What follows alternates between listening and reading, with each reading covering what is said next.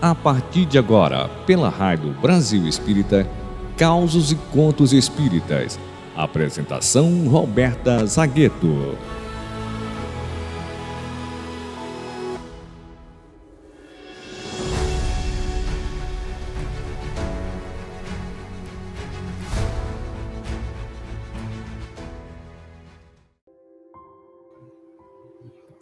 Olá, meus queridos amigos da Rádio Brasil Espírita, esse farol de luz a nos iluminar as consciências e consolar os corações. Mais uma sexta-feira com muita alegria aqui no Causos e Contos Espíritas, e o causo de hoje está no livro Luz Acima, de Irmão X, psicografia do inesquecível Chico Xavier. O título do causo é Os Maiores Inimigos, e Humberto de Campos nos conta que certa feita Simão Pedro pergunta a Jesus: Senhor, como vou saber onde vivem os nossos maiores inimigos? Eu quero combatê-los a fim de trabalhar com muita eficiência pelo reino de Deus. Eles iam, essa conversa ela é travada durante uma caminhada, eles iam num caminho entre Cafarnaum e Magdala, o sol brilhava numa perfumada manhã, e o mestre ouviu o questionamento de Pedro e mergulha então numa profunda meditação.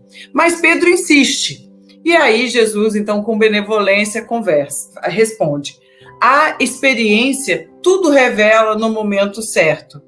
E Pedro, um pouco impaciente, responde: mas a experiência demora muito. E o divino amigo então esclarece imperturbável: para os que possuem olhos de ver e ouvidos de ouvir, 1 hora às vezes é suficiente para a gente adquirir aprendizados inesquecíveis, para a gente adquirir lições inesquecíveis. Pedro se cala, um pouco frustrado, mas seguem ali a caminhada, e antes que Pedro pudesse retornar com mais interrogações a Jesus, ele nota que uma pessoa começa a se esgueirar entre as velhas figueiras que tem ali à beira do caminho.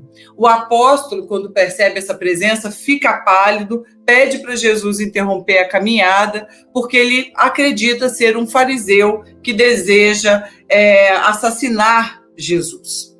E aí Pedro então começa a gritar palavras ásperas, desafiando o viajante anônimo, e vai se afastando em direção àquelas figueiras para tentar agarrar aquela pessoa à força. Mas aí houve então uma risada muito alta, e aí Pedro vê que não era o fariseu nada, era simplesmente o seu próprio irmão André, que estava ali caminhando, buscando se juntar àquele grupo. André chega sorridente, Jesus olha expressivamente para Pedro e pondera: Pedro, nunca te esqueças que o medo é um adversário terrível. E aí, recomposto aquele grupo, eles continuam avançando a caminhada, mas não andam muito não. De repente, eles se encontram com um levita, que estava ali à beira do caminho, recitando passagens da Torá, e aí começa a dirigir aquele grupo umas palavras bem pouco respeitosas.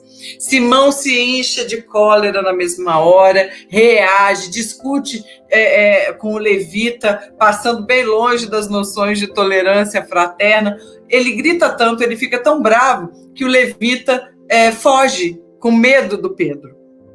O mestre, até então, estava em silêncio, mas olha bem para Pedro quando aquilo se acalma e pergunta: Pedro, qual é a primeira obrigação do homem que se candidata ao reino celeste? Pedro tinha a resposta na ponta da língua: amar a Deus sobre todas as coisas e ao próximo como a si mesmo.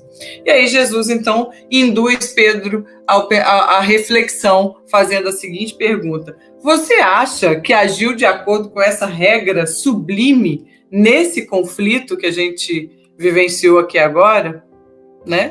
E Pedro, então, abaixa a cabeça, e Jesus reforça com Pedro: Pedro, não se esqueça que a cólera é um perseguidor cruel.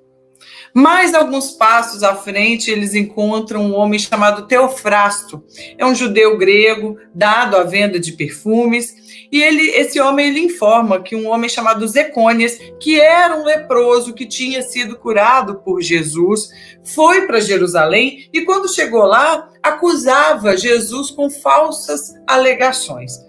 Pedro não se conteve. Gritou que Zecônias era um ingrato, fez uma lista de benefícios que Jesus tinha prestado a ele, e continuou ali por algum tempo tecendo comentários amargos sobre Zecônias, amaldiçoando este nome.